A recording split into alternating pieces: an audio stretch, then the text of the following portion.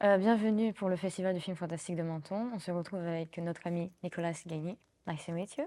So we are so delighted to welcome you at the festival. Are you happy to be there? Absolutely, yeah. It's been great. Fantastic. So we will speak about your film, The Activated Men. So what message do you hope to convey through the character's journey? I think, well, most importantly, I hope that the movie might help people find a deeper appreciation for animals. Okay. Because a lot of, like the film says, a lot of people in the world have animals, but they don't necessarily always let them in or treat them like family.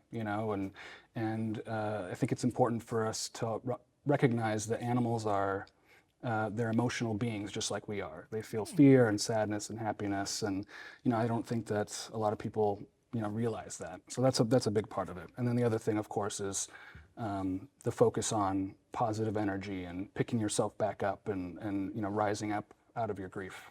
Okay, interesting. We understand the character starts as an ordinary man, but become complex. How did you approach this character development? So I tried to create the film in two ways at once, and basically depending on what an audience member's beliefs or the way that they see the world might be, one of the two paths or both could resonate with them. And so I tried to make the film both as like a spiritual journey, where if that's your belief system, this man is becoming a medium and his third eye is opening and he's going down this path. But at the same time, it could also very much be an allegory for grief and sadness and the darkness that we experience with loss. And so the Fedora Man could be a metaphor for all of that, or he could very much be a evil villain that must be stopped. So basically, I tried to position it that way so that it would be accessible for many audiences. Like when you speak about the emotions like sadness, is it like for the seven deadly sins? Are you into that theory? Yeah, I mean, in a sense, it's. I mean, not that sadness would be a sin of any kind, but it's just, sadness and depression, grief, trauma. These are all things that we go through and experience, and these kinds of things can affect our mental health, and how we live our lives. And so I wanted to show this journey of this man going through this horrible trauma and finding a way to stand back up. Okay, perfect. What were some challenges you faced during the production, like the pre-production, during the set?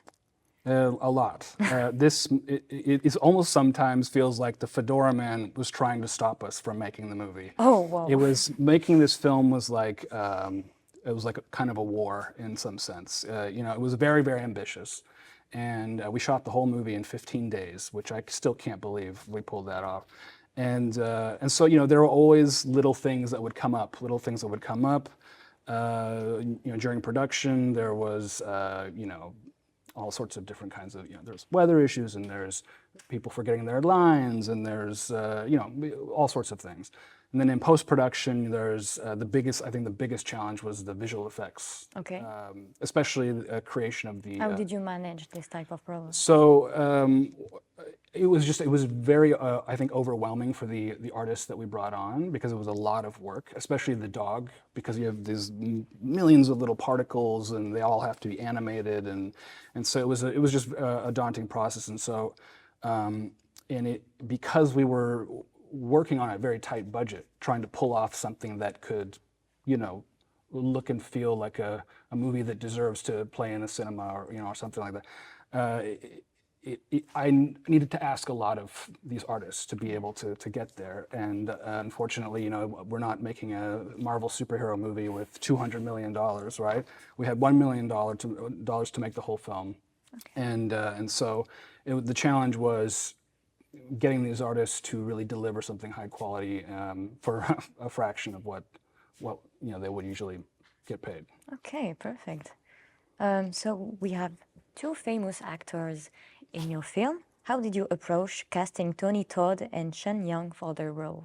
Ah, yes. So Tony Todd, so it's interesting. I kind of wrote the movie with him in mind because I knew that if we were going to have this movie with so much talking and explaining of all these different ideas, we should have somebody with a pretty cool voice that you would like to listen to. And I think because I was lucky enough to find the financing, you know, at the beginning, very early on, it was very easy for me to just approach the agents and managers of these people and just put in an offer.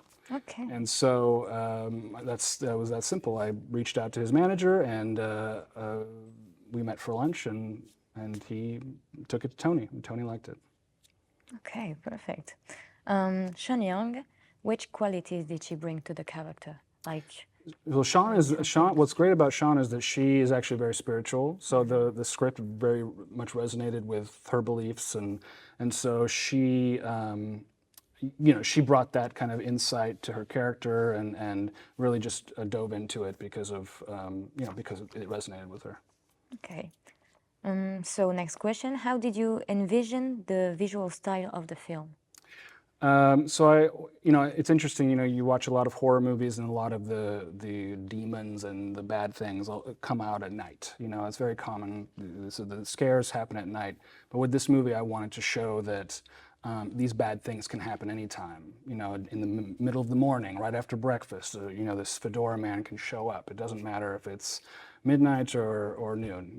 And so showing a very kind of real world, grounded visual style, I thought was important to kind of show that. Did you have, like, when you speak about horror films, do you have any inspiration? Sure, sure. Yeah, I mean, I grew up loving movies of the 80s and 90s, and so I'm inspired by all those movies I grew up, not just horror movies, action movies and thrillers and dramas and everything like that. And so I wanted to bring a feeling of what the movies were like in the 80s and 90s, those movies I grew up loving. For example, with the music, I think a lot of horror movies today choose to, for example, like when the Fedora Man would come out, right? A modern approach would be to just have kind of maybe some scary sounds, a more ominous kind of atmosphere. But it was very important to me that when he comes out, that's when the Fedora Man theme plays. Okay. Because in the 80s and 90s, there were so many memorable themes, that you could hum when you left the theater, and we don't really get much of that anymore. And so I wanted to go back and capture that from the 80s and 90s. Okay, okay. Which role does the music play in the film atmosphere? It's a very important part of the movie, and it's kind of a little bit similar in style to the way Christopher Nolan does his films. The music is kind of like a character in itself that drives the film and kind of brings it together as kind of a cohesive whole, right? And so it makes it kind of like a ride in a way, because it brings you along the journey. And so it was important to me to do that for this film, especially given how much dialogue and explaining there is to keep that energy going. Okay, so can we speak again about your influence?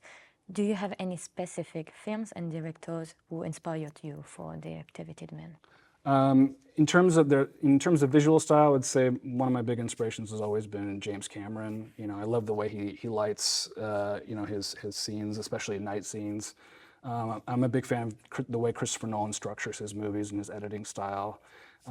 In terms of horror movies, I was very much influenced by Nightmare on Elm Street, Freddy Krueger, Jason, Friday the 13th, and we have actually one. Kane Hodder, who plays Laszlo, is one of this type of, like, played Jason Voorhees in many of those films. But like you say, these characters are like from the 19th and the 80s. Yes. This is really how I think horror movies are right now seen.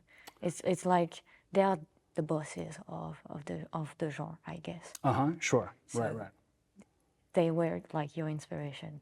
Absolutely, and even with a character like the Fedora Man, I thought, hey, maybe there's a chance that he can be remembered and people will like that character. I mean, of course, nowhere to the level of a Michael Myers or a Freddy or whatever, but who knows? We'll see. Okay, perfect. So, Nicolas, we have a last question. Okay. Can you tell us something in French? In French. Like, we don't care about the accent, like something in French. What would you like? What would you like? Let's see. Like, the vocabulary that comes in. Je m'appelle Nicolas. Perfect. Oh my gosh, I'm getting very nervous now. Let's see here. This is not a test, don't worry. Je t'aime, le film festival Fantastique de Menton. C'est Oui? parfait, ça. C'est parfait. Parfait? C'est parfait. Très bien. Voilà. Ben, merci beaucoup Merci. en tout cas.